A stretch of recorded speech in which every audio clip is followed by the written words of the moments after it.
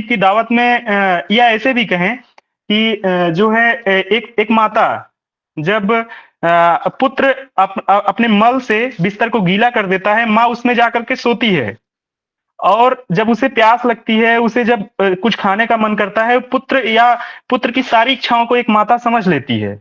लेकिन जो पुत्र है, वह इस संवाद को नहीं समझ पाता है, इस भाषा को नहीं पढ़ पाता है।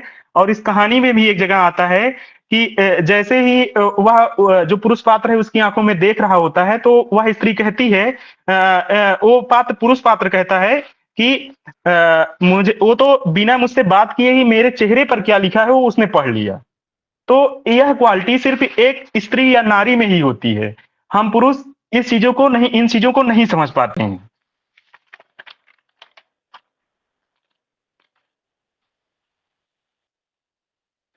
कहानी में आगे आता है कि मैंने अपने लिखे से थोड़ी सी दूरी बनाते हुए कहा, पहाड़ों का चित्र बनाने के लिए हर बार पहाड़ों पर जाना जरूरी नहीं होता है। यह जो कोटेशन है विवेक मिश्र द्वारा, जो है आज का जो लेखन एक तरह से अलग का लेखन जो हो रहा है, जैसे आदिवासियों पर, दलितों पर और स्त्रियों पर, हम बिना उनको जाने, बिना उनको उनको समझे हम कुछ लिख दे रहे हैं और पुरस्कार जीत रहे हैं। इसको जानने के लिए एक छोटी सी कविता है मंच। उसमें क्या है, मंच में जो है नोहरू सोनवाड़े महाराष्ट्री कवि हैं, उनकी कविता है कि जो है उन्होंने उसका मतलब भाव ये है कि उन्होंने हम पर कविताएं लिखी। उसके बाद उन्होंने हमें हमें हमें जो है हम हमारे लिखे पर पुरस्कार भी जीता। हमें हमें बुलाया गया तो उन्होंने अंगुलियों से इशारा करके वहां बैठा दिया कि चुप रहो, मैं तो तुम्हारी बात कर ही रहा हूं। आज के समय में भी यही चल रहा है। मैं एक बार वहां गया था, बस्तर जो है छत्तीसगढ़ गया था। वहां एक कार्यक्रम हो रहा था। कार्यक्रम में जो है कुछ आदिवासी लोग आए हुए थे और उसमें एक एक बहुत बड़े लेखक, मैं उनका नाम यहाँ नहीं ले रहा हूँ, वो बातचीत कर रहे थे और बहुत बहुत मैंने आदिवासियों के बारे में ऐसा कर दिया, मैंने ये कर दिया, बहुत मतलब लच्छेदार भाषा में अपना सब योगदान गिना रहे थे। तो उसी में से एक आदिवासी महिला को बोलने का मौका दे दिया गया, जो किताबें नहीं लिखी हैं, जो अपनी बातों को लिख नहीं सकती हैं, लेकिन जब वो बोलने के लिए आई, इतने मार्मिक तरीके से उन्होंने अपनी बात रखी कि जो है उसके बाद जो कार्यक्रम था उसे स्थगित कर दिया गया और उसके बाद के जो वक्ता थे उनकी बोलने की हिम्मत नहीं हो रही थी। तो जब जब खुद जो है दर्द को झेलने वाला अपने दर्द को कहता है, तब जो है उसके बाद कहने के लिए कुछ रह नहीं जाता।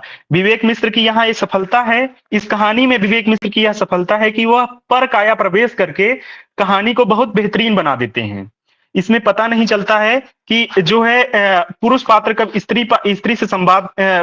कब स्त्री बन जाता है और जब समय आता है तो उसका नकाब उसके सामने भी आ जाता है। और कहानी में बहुत विस्तृत तरीके से जो है भाषा पर बात की गई है। तो मैंने पढ़ते हुए मैं एक चीज सोच रहा था, जो है भाषा और नारी का क्या संबंध है। तो मैंने देखा कि जो भाषा है, भाषा के माध्यम से किस तरह से जो है स्त्रियों को गढ़ा गया है। जैसे सिमोन दा बुआ कहती है ना कि स्त्री पैदा नहीं होती, स्त्री बनाई जाती है। यह जो बनावट है वो बचपन से ही शुरू हो जाती है। स्त्रियों को क्या खेलना है, उनको पहली चीज उनको जो है घर से बाहर शाम को नहीं निकलना है, घर में ही रहना है। दूसरी चीज उनको गुड़िया के साथ खेलना है, उनको शर्माना है। क्या मैं आप लोगों से प्रश्न करता हूं कि आप बताइए कितनी ऐसी लड़कियों को आप लोग जानते हैं या आपकी ऐसी दोस्त हैं जो सिर्फ मतलब हंसती हैं तो उन ठहाके नहीं लगाती हैं। ठहाके लगा के सिर्फ क्यों पुरुषों को ही सिखाया गया है कि सिर्फ पुरुष ही ठहाके लगा सकते हैं। गांव में मैं रहते हुए सिर्फ एक चीज जान पाया, इस कहानी को पढ़ते हुए मैं सोच रहा था कि उसमें ये था कि जो है स्त्रियां, जैसे जब किसी का देहांत हो जाता है, जब कोई मर जाता है, तो सबसे ज्यादा जो रुदन की आवाज होती है वो गांव के बाहर जो जाती है वो स्त्रियों की आवाज होती है। लेकिन स्त्रियां क्यों इस ठहाके के साथ नहीं हंस सकती हैं? शर्माना क्यों स्त्रियों का गहना है? यह कहानी ये सवाल भी करती है भाषा के माध्यम से। जैसे खुलकर ना बोल पाना, और उसके बाद पढ़ाई में भी देखिए कैसे बंटवारा होता चला आता है। आज जब हम इतने आगे बढ़ाए हैं, जो लोग गांव से होंगे वो समझ पाएंगे कि कितनी जो हमारे साथ जो पढ़ रही थी, लड़कियां जो हमारे साथ पढ़ रही थी 1 से लेकर 8 तक, जैसे मैं प्राइमरी में पढ़ा लिखा हूँ, तो 1 से लेके 8 तक या 10, 1 से 12 तक कितनी ऐसी स्त्रियां हैं जो इलाहाबाद तक आ पाई हैं और यहाँ यहाँ से उच्च उच्च शिक्षा शिक्षा वो प्राप्त कर पाई हैं, या जो है वो पीएचडी कर रही हूँ। मुझे अपनी बैच की एक भी लड़की जो शुरू से मेरे साथ चल रही हो, ऐसी कोई नहीं मिली हुई है ना। तो इस तरीके की संरचना, जो सामाजिक संरचना है, कहानी में यह भी दिखाया गया है। और स्त्री को समझने के लिए एक जगह इसमें आता है कि जो है एक पुरुष को इसका भान तब हो सकता है जब वह स्त्री के साथ जो है मैत्री का भाव रखता हो। अब जो है इसमें आता है कि अब मैं उसके भीतर भी था और उसके साथ भी। जब वह स्त्री उससे खुलती है, सुरंग से उसको अपने अंदर लेके जाती है भीतर और भीतर खींचती है, तब वह पुरुष कहता है कि अब मैं उसके भीतर भी था और साथ भी। अनमेश जब समय हो जाएगा तो मुझे बता देना ना। उसके बाद यहाँ पे मुझे कहानी याद आती है। मैंने बहुत ग्रेजुएशन में ही पढ़ी थी, मुक्तिबोध की कहानी है मैत्री की मांग। आप आराम से बोलिए, समय है पूरा। ओके सर, ओके बोलिए, आप पूरा पूरा समय लीजिए आज। ओके सर, ओके, धन्यवाद। तो एक एक कहानी है, मुक्तिबोध की कहानी है, मैत्रेयी की मांग। उसमें एक जो है सुशीला नाम की स्त्री पात्र है, जिसका विवाह हो चुका है और वह जो है राम राव के साथ रह रही होती है, मतलब अपने पति के घर रह रही होती है। इलाहाबाद से ही एक पात्र वहां पे जाता है जिसका नाम माधव राव होता है। वह जो है वह स्त्री को देखता है तो उसको लगता है कि जो है वह सुशीला जो है उससे प्रेम करने लगी है। वह कुएं पे आके अक्सर उन लोगों की मुलाकात होती है, लेकिन ऐसा नहीं था। धीरे धीरे वह एक किताब उसको पढ़ने के लिए देता है, कादम्बरी। कादम्बरी मराठी का शब्द है जिसे हम उपन्यास कह सकते हैं। तो वह जो है उपन्यास देता है। माधव राव को ये लगता है कि यह मुझसे प्रेम करने लगी है, लेकिन उस कहानी में आता है कि जो है सुशीला ने हाथ को तुरंत खींच लिया। माधव राव जो है उसके हाथ को थोड़ा सा टच करता है, तो सुशीला क्या है, कहानी अंतिम अंतिम का मैं पढ़ रहा हूँ। जो है सुशीला ने हाथ को तुरंत खींच लिया, कहा दी हुई कादम्बरी पढ़ ली, अच्छी लगी। माधव राव ने पूछा, अच्छा है, पर उस स्त्री के इतने थे, पर मित्र तो एक भी ना था। सुशीला ने मित्र शब्द इतने जोर से कहा कि माधवराव समझते हुए भी कुछ नहीं समझा। सुशीला के चेहरे पर से उसे ऐसा लगा मानो वह पूछ रही हो कि क्या तुम मेरे मित्र हो सकते हो। तो यह कहानी भी जो है तब खुलती है उस पुरुष के सामने, वह स्त्री तब खुलती है जब वह उसके साथ भी होता है और उसके भीतर भी। और जैसे जैसे वह भीतर चला जाता है, वैसे वैसे कहानी और खुलती चली जाती है।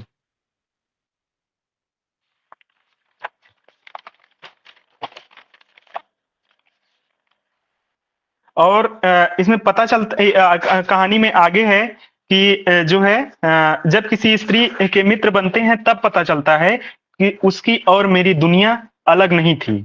वह जो दुनिया उजड़ी हुई सी दिखती थी, वह हम सबकी थी। मैं जिसे जानने का दावा करता था, उसे बिल्कुल अनजान था, अजन्मा था। इसमें आता है कि मैं उससे बिल्कुल अनजान था, अजन्मा था। तो जो है ये अनजान और अजन्मा, जब जो है हम पूरी दुनिया को जानने का दावा करते हैं। इसमें जो पुरुष पात्र है, सबसे बड़े मजेदार बात ये है कि वह लेखक है। और वह लेखक है और जो है वो स्त्रियों पर लिखता है। वह जो स्त्री पात्र है वह पर्चा लेकर के आई है और वो सोचता है कि मेरे तारीफ आरिफ करेगी, लेकिन तारीफ आरिफ नहीं, वो तो बताती है कि तुम जो लिखे हो क्या उसे जानते भी हो। वह सवाल करती है कि तो वो वहां पे वही वही बात फिर से आ जाती है कि वो बचने के लिए क्या कह देता है कि अरे क्या मतलब दुनिया को जानने के लिए क्या बार बार दुनिया में जाना जरूरी होता है, पहाड़ों को जानने के लिए क्या बार बार पहाड़ों पर जाना जरूरी होता है। तो ये बात वहां पे आती है। हम जहां थे वहां से खुद ही दूर एक पुराने किले की मुंडेर पर किसी इंसानी जिस्म से उतर गई खाल का परचम लहरा रहा था। कहानी आगे बढ़ती है और उसमें है कि वो जहां थे वहां से आगे जाते हैं तो देखते हैं, मतलब वो जब और भीतर जाता है तो देखता है कि वहां पर जो है एक इंसानी खाल का परचम लहरा रहा है और एक किले के मुंडेर पर। तो दोस्तों इस पे एक महेश्वर की एक किताब है, बहुत पतली सी किताब है, एक बैठक में पढ़ा जा सकता है, परचम बनता आंचल। परचम बनता आंचल जब किताब पढ़ेंगे तो उसमें दिखाया गया है कि ये जो ये आंचल लहरा रहा है, जो परचम का आंचल लहरा रहा है, ये जो लहरा रहा है मुंडेर पर, ऐसे कितने आंचल दफन कर दिए गए, दबा दिए गए। यह जो है सदियों से होता चला आ रहा है, आदिम समय से होता आ रहा है कि स्त्रियां जो हैं हमेशा से दबाई जा रही हैं। और उस कहानी में दिखाया गया है कि गांव में जितने चौरे बने होते हैं, चौरे आप लोग समझ रहे हैं? चौरों का मतलब होता है जहाँ पूजा पाठ होता है। तो उसमें दिखाया गया है कि एक जगह खुद जो है उसको मतलब खोदा वोदा जाता है, रिसर्च किया जाता है, तो पता चलता है कि यहाँ तो कोई स्त्री दबाई गई थी। और वो सोचिए कि जब स्त्री को वहां मार के दफनाया गया रहा होगा तो स्त्री वो कैसी रही होगी, कौन रहा होगा जिसे मार के दफनाया गया, वो विद्रोहिणी रही होगी, समाज से विद्रोह करने वाली, व्यवस्था से विद्रोह करने वाली ना। उसे ही जो है पागल करार करके उसे जो है मतलब जो है मारा गया होगा और दफना दिया गया होगा। ऐसे स्वराज सिंह बेचैन जो दिल्ली के ही प्रोफेसर हैं, उनकी कहानी है किस्सा कलावती, गांव के लोग पत्रिका में छपी थी। तो वो जो कलावती स्त्री है वह वह सपना देखती है कि जब हम आजाद हो जाएंगे तो हमें तो भरपेट भोजन मिलने लगेगा। दलित दलित स्त्री है, हमें भरपेट भोजन मिलने लगेगा और हमारे बच्चों को पढ़ने लिखने का मौका मिल जाएगा और हम आजाद देश में सांस लेंगे।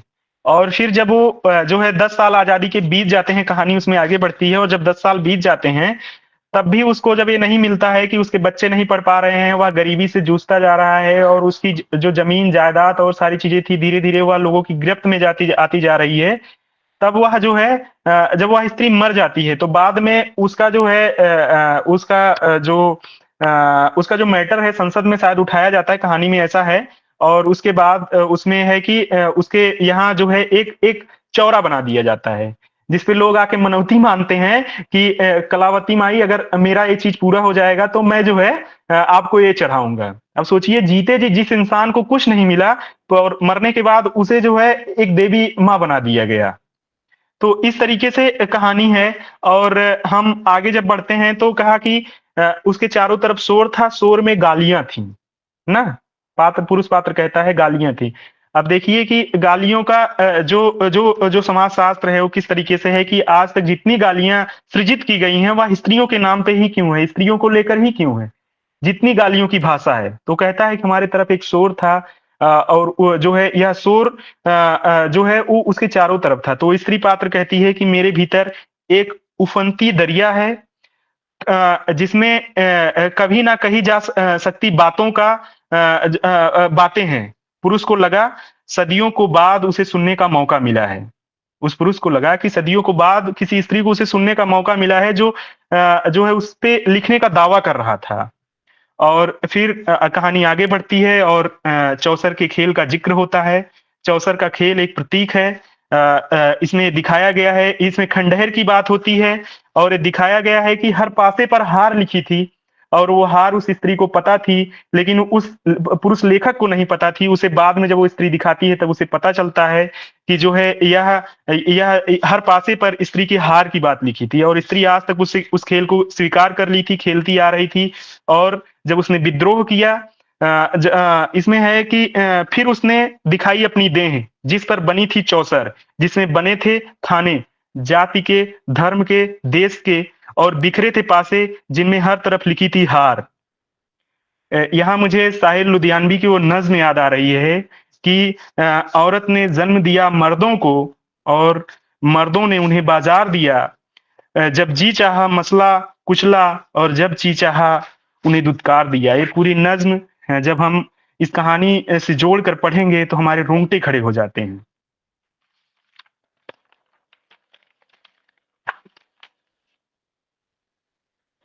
कहानी में आगे है और सब कुछ जान लेने के बाद मैं उठ गई, खेल बिगड़ गया। और एक स्त्री पात्र की जो स्त्री पात्र है वह अपनी बात कहती है कि जब मैं सारी चीजों को जान गई और उठी तो पूरा खेल बिगड़ गया।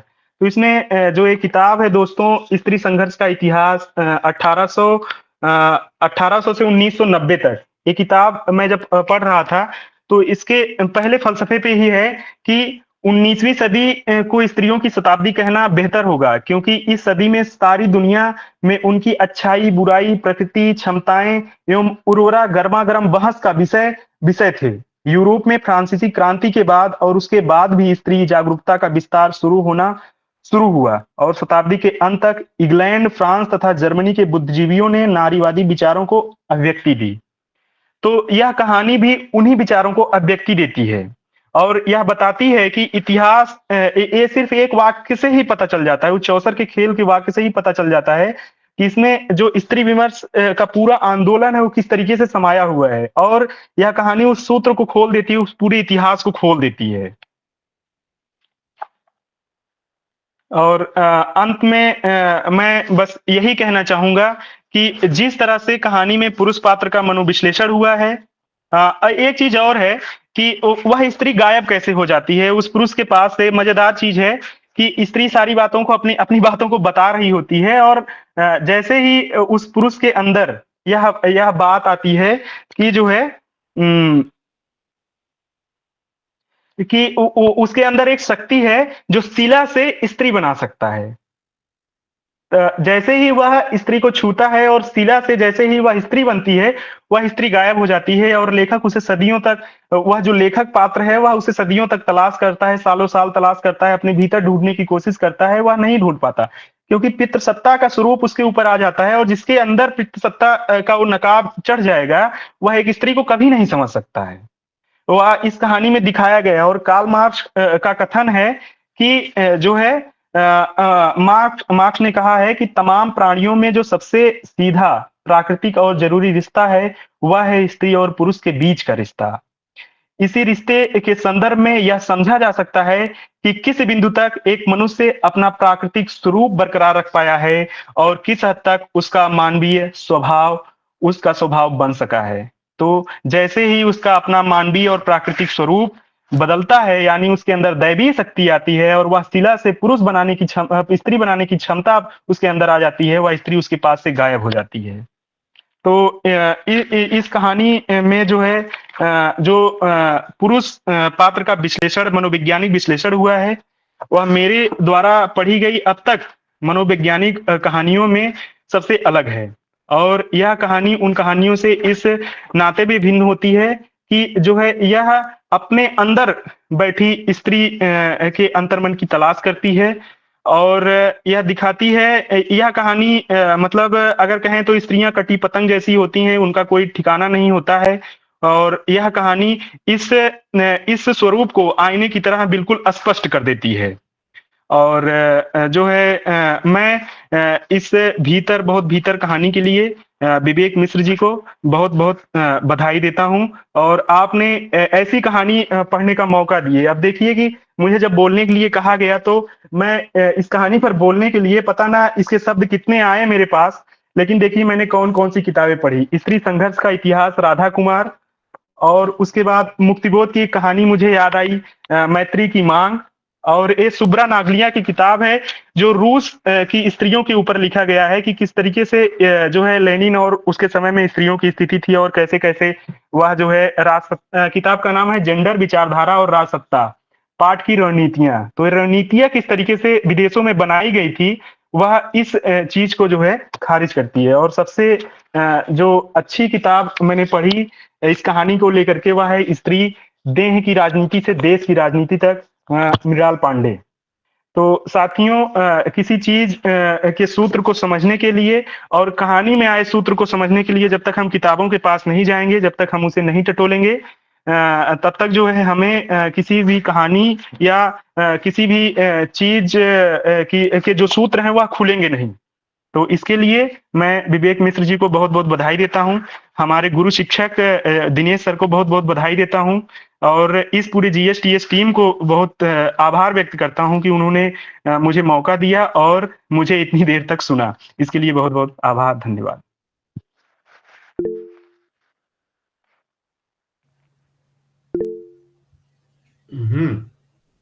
प्रश्न आमंत्रित करिए।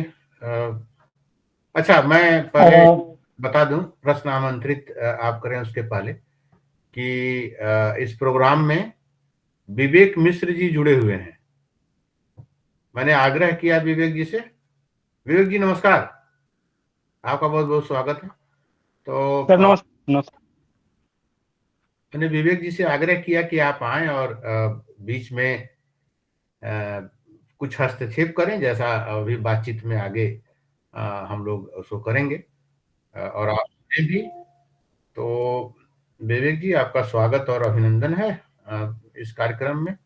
अच्छा है कि आपकी कहानी पर बातचीत हो रही है और संयोग ऐसा है कि आप यहाँ पर उपस्थित हैं। शुक्रिया। तो अनिमेश जी प्रश्न इनवाइट करिए। बहुत अच्छा वक्तव्य दिया आपने कभी। सबसे पहले तो भैया को बहुत बहुत धन्यवाद कि उन्होंने हमें एक नया नजरिया दिया कि कहानी को कैसे खोल सकते हैं। इससे पहले हम लोगों को इस तरह से पता नहीं था कि कहानी को हम लोग इस तरह से ही पढ़ सकते हैं, किस संदर्भ में उसको समझ सकते हैं। ये जो आपने आज की व्याख्या में हम लोगों को बताया है वो हम लोगों के लिए बहुत ही ज्यादा ज्ञानवर्धक है।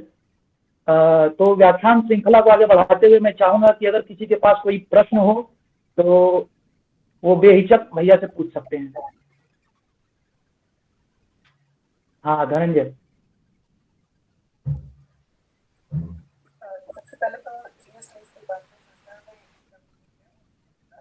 आवाज नहीं आ रही है आपकी।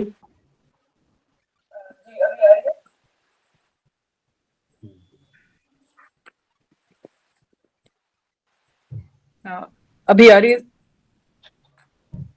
जीएसटीएस के 5वें संस्करण में सबसे पहले कवि धुरिया जी का, राजेश राव सर का और इस श्रृंखला के सभी श्रोताओं और विवेक सर का मैं शुक्रगुजार हूँ और मेरा नमस्कार भी आप सभी के प्रति। मेरा बस एक छोटा सा प्रश्न है, लेकिन उससे पहले मैं कुछ कहना चाहूंगा कि इस कहानी को पहली बार पढ़ते समय मेरे अंदर कई द्वंद्व आए। कुछ चीजें उल्टी चली, पता नहीं कितनी तरह की विचारधाराएं, और ऐसे लगा कि मेरा ऑपरेशन हो रहा है। फिर फिर मुझे प्रतीत हुआ कि कुछ और ही है। और जो संदेह इस श्रृंखला के शुरू होने से पहले था, वो इस श्रृंखला के खत्म होते यानी कि कवि धुरिया जी के व्याख्यान के अंतिम दौर तक वो चीजें क्लियर हुई। पर एक प्रश्न मेरे जहन में ये बना रहा कि जब ये कहानी हमने पढ़ी तो पहले ही पन्ने पे एक पंक्ति है, उसमें ये दिखता है कि एक जो पुरुष है वो भले ही समाज में दिखा ले कि हम जो है स्त्री चेतना को जागृत करना चाहते हैं, स्त्री को उसका स्थान देना चाहते हैं या और चीजें, पर जब बात आती है स्त्री के उसके ऊपर प्रश्न करने की, तो उसे दबाने की जरूरत करता है, ऐसा दिखता है। हालांकि ये मेरा द्वंद्व है, तो मैं ये क्लियर करवाना चाहूंगा आपसे। वो लाइन ऐसी थी कि मेरी नजर एक पल को उसकी आंखों से हटी। मैंने अपने टेबल पर रखे गिलास और उसमें घुलती बर्फ को फिर दोबारा बहुत ध्यान से उसकी आंखों को देखा। मुझे लगा कि उसकी आंखों में भी बर्फ है। मैंने उसे पिघलाने की एक छोटी सी कोशिश करते हुए कहा, बैठिए। और ये जो बर्फ पिघलाने की प्रक्रिया है, ये ठीक एक बार और आगे दिखती है कि मैंने फिर उसकी आंखों में देखा। उनमें एक चमक थी, बर्फ की ठंडी चमक, जिसमें वह सब कुछ बहुत साफ साफ, मानो हर चीज को आर पार देख सकती थी। तो ये मेरा वहम है कि क्या है, ये मैं क्लियर करवाना चाहूंगा आपसे कि मुझे ऐसा लगता है कि कवि चाहता है कि आर पार वो इतना देखेगी तो उसे मेरी भी कमी दिखेगी। तो शायद कवि ये अपने आप को प्रतिनिधि के रूप में वहां पे दिखा करके पूरे पुरुष समाज को दिखाता है कि वो अपनी कमी वो स्त्री के सामने नहीं आए या फिर वो सवाल ना उठाए। तो मैं इस पर चाहूंगा कि आप कुछ कहें। धनंजय, सवाल आपका बहुत अच्छा है और आप जैसा ये जानते हैं कि स्त्रियों को कभी भी बोलने का उस तरीके से मौका नहीं दिया गया। जैसे अभी हमारे घर में ही अगर अभी हमारी बहन कुछ बोल रही होती है तो हम उसे चुप कराने की कोशिश करते हैं और हम तेज बोलने की कोशिश करते हैं। तो तेज बोलने का तरीका ये है कि जब हम ऊंची आवाज में किसी से बात करते हैं तब हम उसे दबा रहे होते हैं और जो है ये अपने आप को सही साबित करने, मतलब गलत को सही करने का एक तरीका होता है। इसमें वो लेखक भी ऐसा ही है ना, जो उसे पहले कहता है। इसीलिए वो कहता है कि जब वो उसे कहता है कि कहानी में आगे इसके बाद है आता है कि जब वो कहती है कि जो है लेखक कहता है कि क्या बार बार पहाड़ों पर जाकर ही लिखा जा सकता है क्या? पहाड़ पर गए, मतलब एक बार चले गए हैं और उसके बाद तो हम लिख ही सकते हैं ना। तब जो यह बात है ना, तो इसमें जो उसकी आंखों में जो बर्फ जमा हुआ है, वो बर्फ जरा दरअसल जो है, यह विवेक मिश्र जी की एक कला है कि वह प्रतीक के रूप में इस्तेमाल है।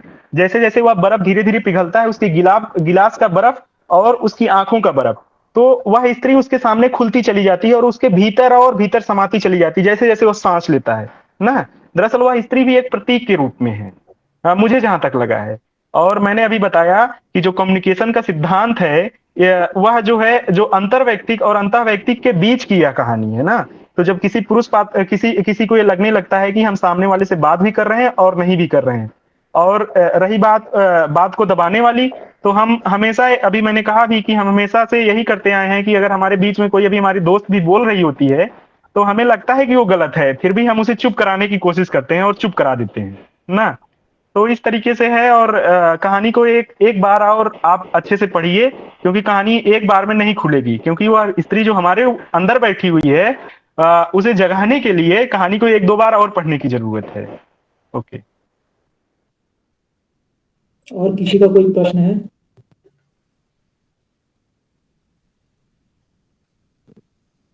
एक मेरा कोई और विद्यार्थी? सर मेरा भी है, आप पूछ लीजिए। हाँ हाँ ठीक है जी।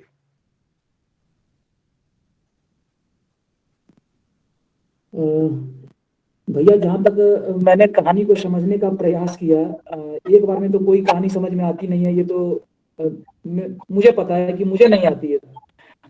मैंने 3-4 बार इस कहानी को पढ़ा, लेकिन जहां पर जाकर मामला फंस गया, मैं वो सेंटेंस आपको सुना रहा हूँ, मुझे उसका संदर्भ नहीं पता चल रहा कि संदर्भ क्या है उसका। एक मिनट दीजिएगा प्लीज।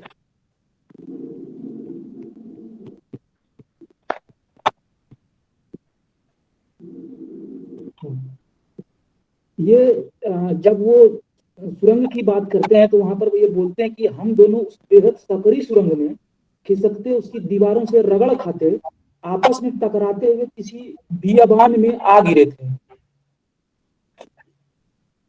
इसको थोड़ा अगर आप एक्सप्लेन कर सके तो मेरे लिए समझने में थोड़ा आसानी होगी।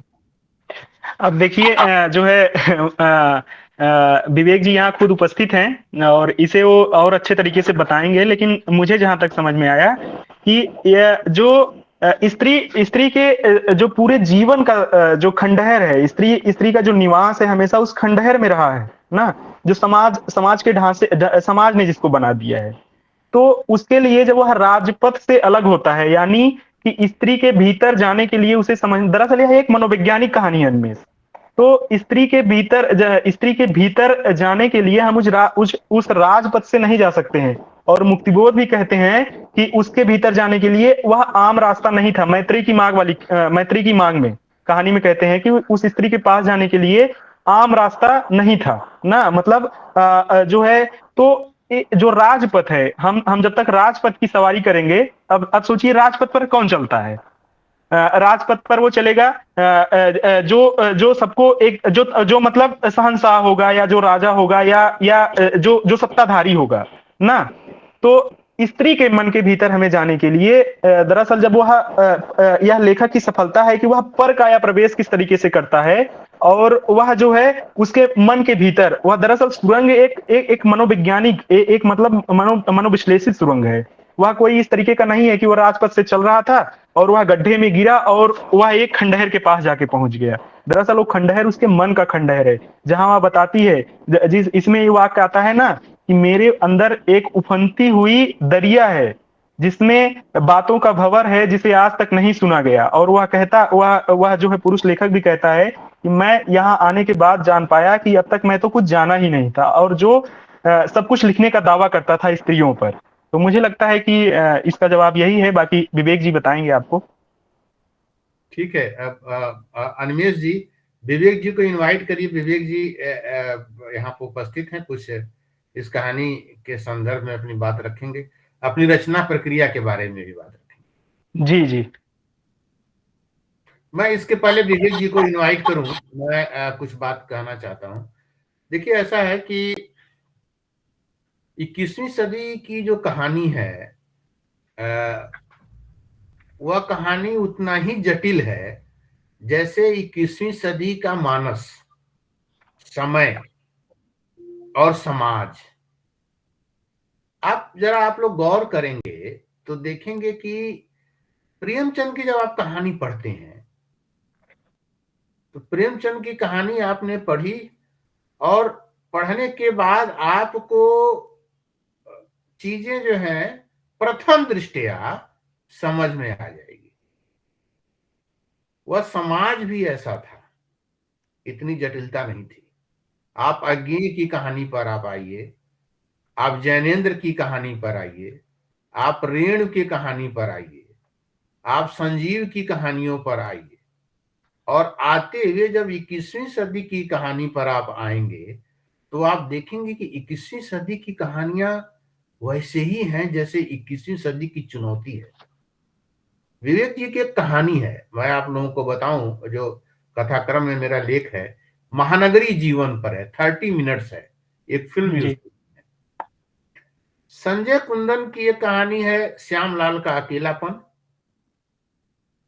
तो शहरी जीवन में व्यक्ति तमाम लोगों के बीच में रहते हुए भी अकेला है, और उस चकाचौंध में हर व्यक्ति आपको चमत्कृत करना चाहता है, वस्त्र के स्तर पर, उत्पाद के स्तर पर, किसी और सहज नहीं है। और वो पाता है श्यामलाल कि इतने साल रहने के बावजूद इस सोसाइटी से लेकर और ऑफिस तक मैं अकेला क्यों हूं।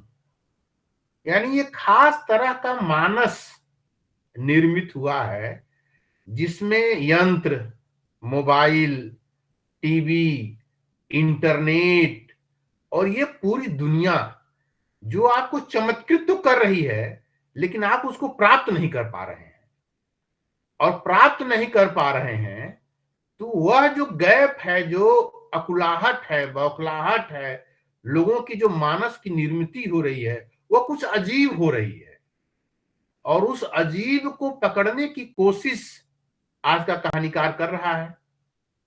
30 मिनट्स विवेक जी की कहानी है, और आप समझिए कि महानगरी जीवन में वह व्यक्ति युवा है और नौकरी करता है, लेकिन वो इतना हताश और निराश है कि अपनी प्रेमिका को वह आमंत्रित करता है, पिज्जा और प्रेमिका,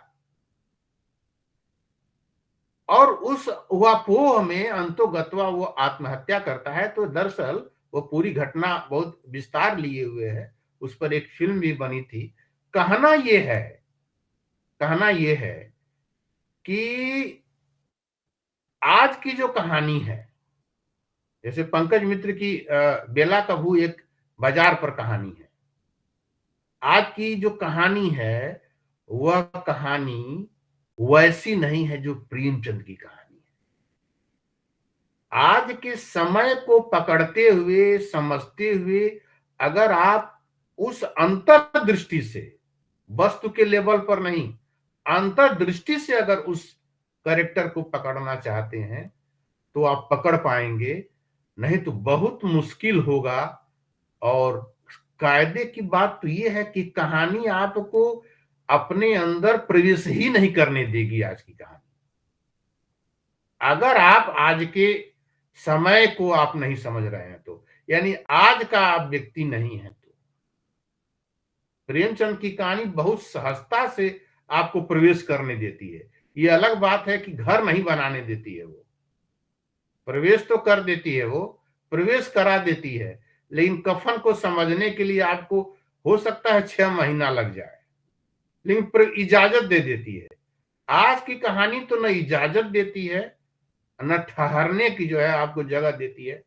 इजाजत तब देगी, ठहरने का भी वो तब देगी, जब उस मन और मिजाज को आप पकड़ेंगे। आज के व्यक्ति की हताशा, निराशा, उसकी कुंठा, उसकी इच्छाएं, उसके द्वंद्व, उसके संघर्ष, क्योंकि दिखता हुआ जो व्यक्ति है, जो चेहरे में दिख रहा है, दरअसल वो है ही नहीं है।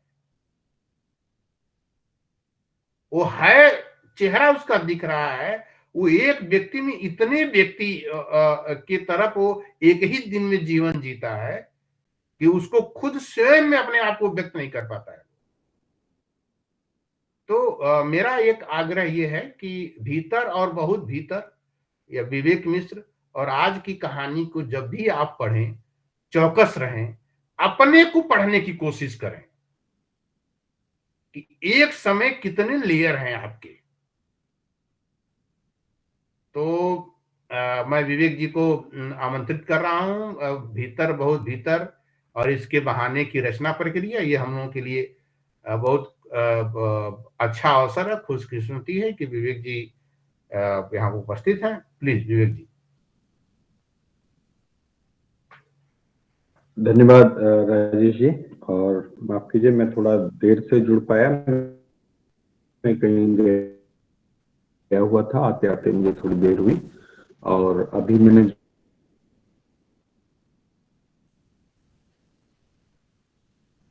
आवाज थोड़ी सी विवेक जी।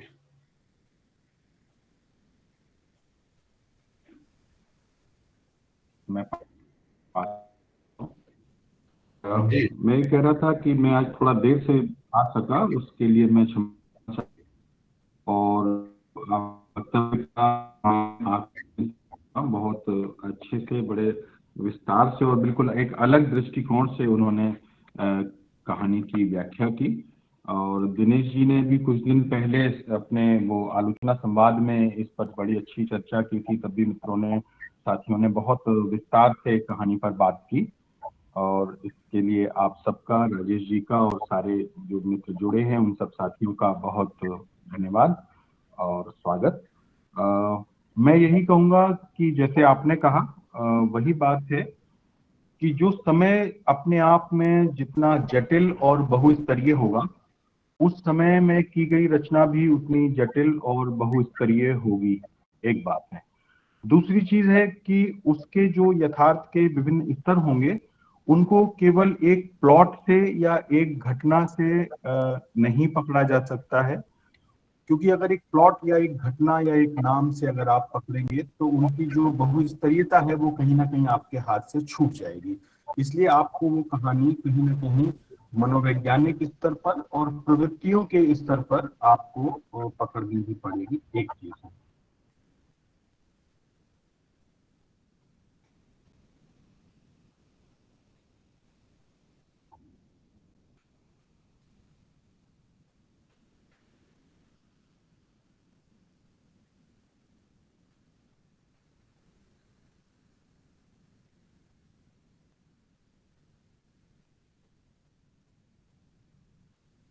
विवेक जी का नेटवर्क इशू थोड़ा आ रहा है।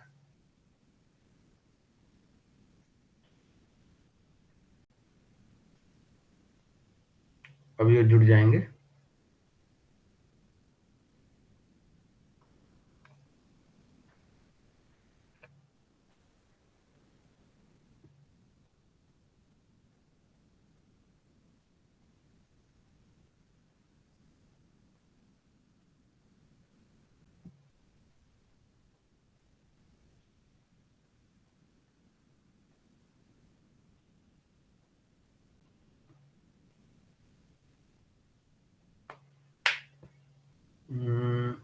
शायद विवेक जी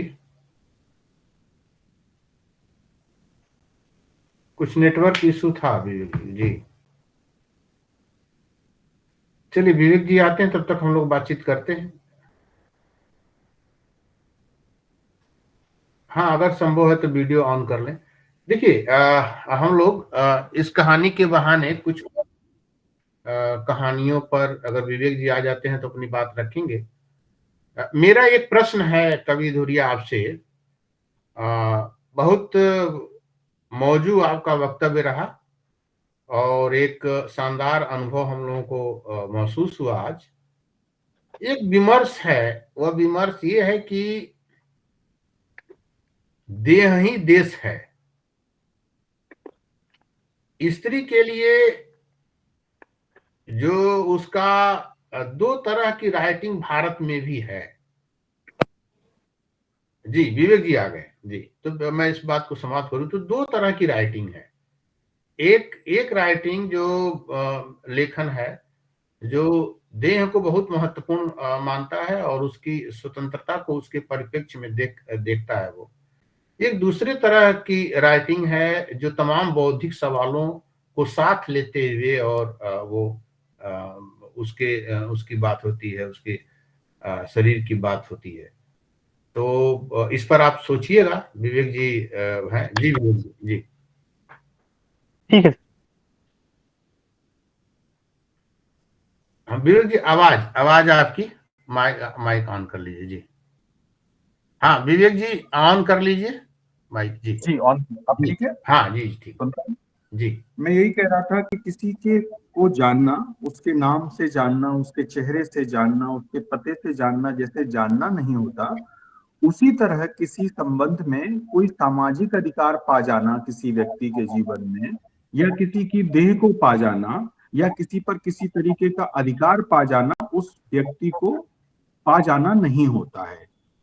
ये एक बात आपको समझनी होगी। और इस कहानी में यही बात एक बार बार खुल के आती है कि एक तरफ वो पुरुष है जो कहीं ना कहीं बहुत पढ़ा लिखा है और उसके अंदर अपनी एक उदारता है, और वो स्त्रियों के बारे में बहुत आधुनिक विचार भी रखता है, और वो सोचता है कि वो स्त्रियों के कल्याण की बात कर रहा है, स्त्री विमर्श की बात कर रहा है। लेकिन जो उसकी भाषा रही आती है, उसको कहते हुए जो एक उसके अंदर अपना एक दम है, वो भी उसके साथ साथ उसकी भाषा में चला आता है। और इसीलिए जब वो स्त्री उसको पढ़ती है और वो उसको आमंत्रित करती है कि इस पे मैं बात करना चाहती हूँ, तो सबसे पहले वो बात के लिए बात नहीं करता, उसके उस दम्भ को, उस अभिमान को चोट पहुंचती है। लेकिन फिर वो चलता है, और कुछ कदम चलने के बाद ही उसे एहसास होता है कि जहां वो बैठा है, जहां वो जिन रास्तों पे चल रहा है, यानी कि जहां से वो उस स्त्री के जीवन को, उसकी समस्याओं को और उसके आगे के उत्थान को देख रहा है, वो उसका देखना कितना सतही और कितना गैर वाजिब है, जब तक कि वो उसको पूरी तरह ना जाने। जैसे कि एक प्रश्न अभी आया था मित्र का कि वो जो सुरंग है और उसमें जो जाना है और वो कहाँ जाना है, तो वो सुरंग में जाना उस स्त्री के जीवन में जाना भी है, उस पुरुष के अपनी प्रवृत्ति और मनोभाव के भीतर जाना भी है, और स्त्री और पुरुष के संबंध में इस पुरुष का उस स्त्री की देह के भीतर जाना भी है। इन सब से परे भी एक दुनिया है, एक संसार है, जिसको जाने बिना आप किसी को नहीं जान सकते। और ये जानने के लिए आपको कोई बहुत कठिन बात नहीं समझनी पड़ेगी। आपने कई ऐसे मित्र देखे होंगे कि एक छत के नीचे दो लोग दसियों साल से रहते हैं, लेकिन आप आराम से ये देख सकते हैं कि वो एक दूसरे को नहीं जानते।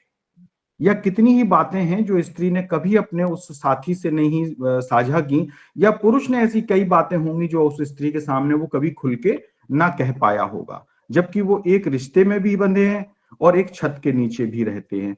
उनका एक दूसरे की देह पर भी पूरा अधिकार है, और उसके भी बहुत वो सहज रूप से उन्होंने उस चीज को निभा भी लिया है, क्योंकि उनके बीच में एक देह का सेतु है। लेकिन इतना भर काफी नहीं है किसी के मन में, किसी की आत्मा में, किसी के व्यक्तित्व में झांकने के लिए। उसमें बहुत सारी चीजें जुड़ती हैं और यहीं से कहानी शुरू होती है। तो वो सुरंग जो है वो वही चीज उसी को एक इंडिकेट करती है, एक इशारा करती है, और वहीं से कहानी शुरू होती है। पुरुष देखता है, पसीजता है, आत्मग्लानि में डूबता है, और मानता भी है कि वो जो लिखता आ रहा है वो लगभग वही अनुवाद कर रहा है जो तमाम समय से स्त्रियों के बारे में शिलालेखों पे लिखा आता रहा है। और स्त्री ये पहचान गई है कि तुम कितना भी लिखोगे लेकिन वो न लिख पाओगे जो सच में मैं महसूस करती हूँ, क्योंकि उसके लिए तुम्हें एक बार कम से कम स्त्री होना होगा, या उस स्त्री मन से स्त्री के जीवन के संघर्ष को देखना होगा। अब बदलते बदलते उसे एक नई भाषा अपने भीतर महसूस होती है। उसको ये भी महसूस होता है कि उसने जो कहा है उसमें क्या कमी है, उसने जो सोचा है उसमें क्या कमी है। जिस तरह से सारी गालियों की बात आती है, तो अंत में जो भी युद्ध घटता है वो कहा जाता है कि स्त्री की देह पर ही घटता है। जो भी गाली होती है, दो पुरुष लड़ते हैं लेकिन अंत में बात स्त्री की आ जाती है। तो ये जो मानसिकता है, ये कैसी मानसिकता है, इस बात को भी वो स्वीकार करता है। लेकिन कहानी एक जो बहुत अंदर से, जो भीतर, बहुत भीतर जो बात आती है कि वो ये सब कहने के बाद भी स्त्री उस तक इतनी गहराई तक जाके भी वो स्त्री एकदम से गायब हो जाती है और पुरुष पाता है कि वो फिर उसी राजपथ पर आकर खड़ा है। क्यों खड़ा है? क्योंकि जैसे ही वो उसके सैद्धांतिकी पे सवाल उठाती है, जैसे ही वो उसके उस विचार पे सवाल उठाती है, जैसे ही वो उसकी सिद्धांतिकी पे सवाल उठाती है, उसकी भाषा पे सवाल उठाती है, तो उसके अंदर फिर वही गर्मी महसूस होती है। उसको फिर वही चीज जो पितृसत्ता ने उसकी रग रग में बो रखी है वो एहसास होता है। और जैसे ही वो उस दम्भ से भरता है तो वो पत्थर की हो जाती है और उसको एकदम से लगता है कि नहीं, ये तो पत्थर की और इसे मैं स्त्री में बदल सकता हूँ। जैसे ही वो बदल सकता है वो सामने आती है और उसके कुछ क्षण बाद वो चली जाती है। उसका अर्थ यही है कि स्त्री या पुरुष, पुरुष सत्ता के साथ अगर आप किसी व्यक्ति को समझने की कोशिश करेंगे या किसी भी सत्ता के दंभ में आप किसी भी व्यक्ति को समझने की कोशिश करेंगे, तो जब तक आप एक स्त्री को उसके व्यक्ति होने का जो पूर्ण, जो अपना उसका स्वरूप है उसमें उसको नहीं देख पाएंगे, उस संपूर्णता से, उस सहजता से और उस समानता से नहीं देख पाएंगे, जब तक आपके अंदर कहीं, आप भले उससे सेकंड ग्रेड सिटीजन ना माने, लेकिन आप अपने आप को उस सुपीरियर मानते रहेंगे, तो वो दम्भ आपको कभी वो दर्द देखने नहीं देगा, वो पीड़ा देखने नहीं देगा जो उसके हृदय में सदियों से रही आती है। तो ये कहानी कहती है, ये कहानी एक तरीके से एक मोनोलॉग में भी घटती है, ये कहानी एक तरीके से एक कन्फेशन भी हो सकता है एक पुरुष का, और ये कहानी कहीं ना कहीं हर पुरुष को पढ़नी चाहिए, और जो पढ़ेगा तो उसको कहानी में जितना वो उतरना चाहेगा उतना उसे अपने भीतर भी उतरना पड़ेगा और अपने तय ये देखना पड़ेगा कि वो स्त्रियों के लिए अपने जीवन में अपनी मित्रों के साथ, अपने और लोगों के साथ क्या उनको पूरी तरह एक मनुष्य होने की गरिमा देकर बात करता है, क्या उनके जीवन में वो उस तरह से अपना संबंध निर्वाह कर पाता है। यही कहानी का एक, मैं कहता हूं कि हासिल होगा अगर कोई पढ़ता है और वो अपने भीतर झांक पाता है और उसके बाद अपने संबंधों को और अपने व्यवहार को टटोल पाता है, तो कहानी कहीं ना कहीं मैं समझता हूं कि उस तक पहुंची है, थोड़ी बहुत पहुंची है। यही मुझे कहना है। बाकी आप सब मित्रों का कोई सब प्रश्न हो तो मैं और भी बात कर सकता हूँ। बहुत बहुत धन्यवाद विवेक जी। हम लोगों का समय 5 से 6 है और हम लोगों ने विवेक जी इस 1 घंटे को बहुत अच्छा यूटिलाइज किया है।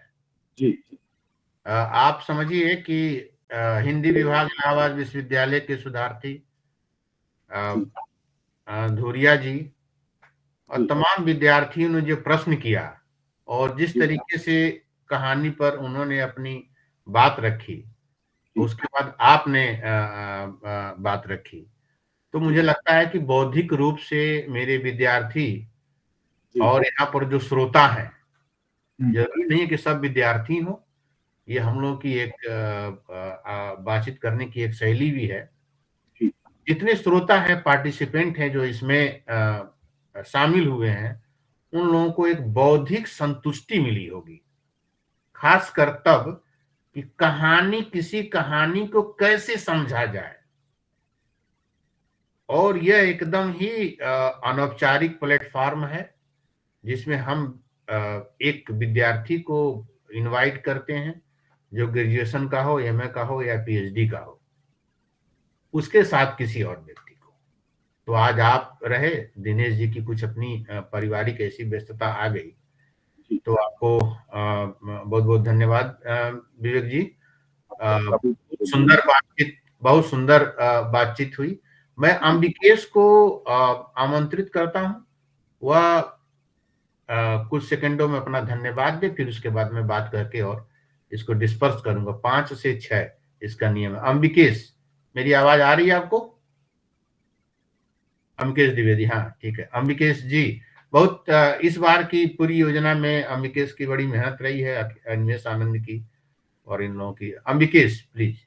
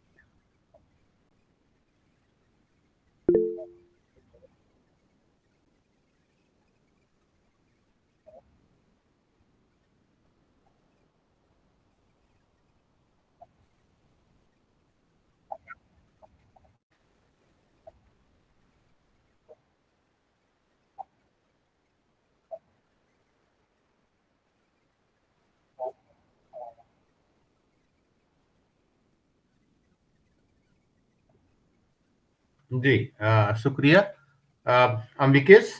यह प्लेटफॉर्म विवेक जी कवि धुरिया अगर हो तो आ जाएं कैमरे पर हैं, लेकिन वो अगर कैमरे पर आ जाएं तो बहुत बेहतर रहेगा। विवेक जी, ये जो पूरा प्लेटफॉर्म है जिस पर आज आप स्वयं उपस्थित हैं, इसकी जो पूरी योजना है वो विद्यार्थियों द्वारा, और विद्यार्थी वक्ता हैं। हर बार दो विद्यार्थी इसमें एंकरिंग करते हैं, वो मंच संचालन करते हैं एक तरह से। तो ये पूरी जो प्रक्रिया है वो विद्यार्थियों के सीखने की प्रक्रिया है। ये किसी कार्यक्रम को, आज मैं शुरू में ही बोल रहा था, किसी कार्यक्रम को कैसे हम आयोजित करते हैं, कितना आग्रह करते हैं, और उसके बाद उस आग्रह में जो हमारा अहम होता है वो धीरे धीरे डाइल्यूट होता है कि व्यक्ति कितना महत्वपूर्ण होता है। कोई भी एक व्यक्ति जिसको हम इनवाइट करते हैं कि आप जुड़िए, और साहित्य का जो काम है, हम लोग पढ़ते पढ़ते जिस समाज से, जहाँ से आते हैं, एक खास तरह की धारणा लेकर आते हैं, तो उस वो धारणा धीरे धीरे टूट कर एक नई चीज बनती है, जिसको आपने अभी कहा कि व्यक्ति को उसके पास जाना चाहिए, किसी पद और प्रतिष्ठा, और उसके द्वारा अगर हम किसी को समझने की कोशिश करेंगे तो हम कभी समझ नहीं पाएंगे। तो आज एक खूबसूरत, सुंदर, बौद्धिक वक्तव्य के लिए मैं कवि धुरिया जी का धन्यवाद करता हूं। मैं अनिमेष आनंद, अंबिकेश द्विवेदी और तमाम जो जीएसटीएस के प्रबुद्ध विद्यार्थी हैं दयाल सिंह कॉलेज के, वो ऑनर्स और ऑनर्स से इतर बीए प्रोग्राम, एईसी, पटकथा लेखन, तमाम विद्यार्थी जुड़े हुए हैं। मैं उन सभी विद्यार्थियों का शुक्रिया अदा करता हूं, धन्यवाद देता हूं। कॉलेज लाइफ एक बौद्धिक यात्रा है। हम जो दे सकते हैं आपको, वह हम लोग एक प्लेटफॉर्म देते हैं, कोशिश करते हैं। मैं विवेक जी का धन्यवाद मैं दे रहा हूं। 2013 से विवेक जी का संग और साथ है।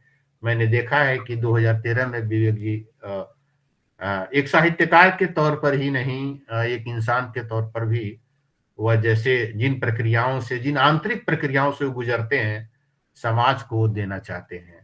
उनके अंदर जो एक ललक है, एक जो उत्कट जिजीविषा है साहित्य को लेकर, वो जब भी मैं महसूस करता हूं तो थोड़ा तरल होता हूं कि वो एक छटपटाहट है कि मैं कुछ कर जाऊं, कुछ ऐसा लिखूं जिससे कि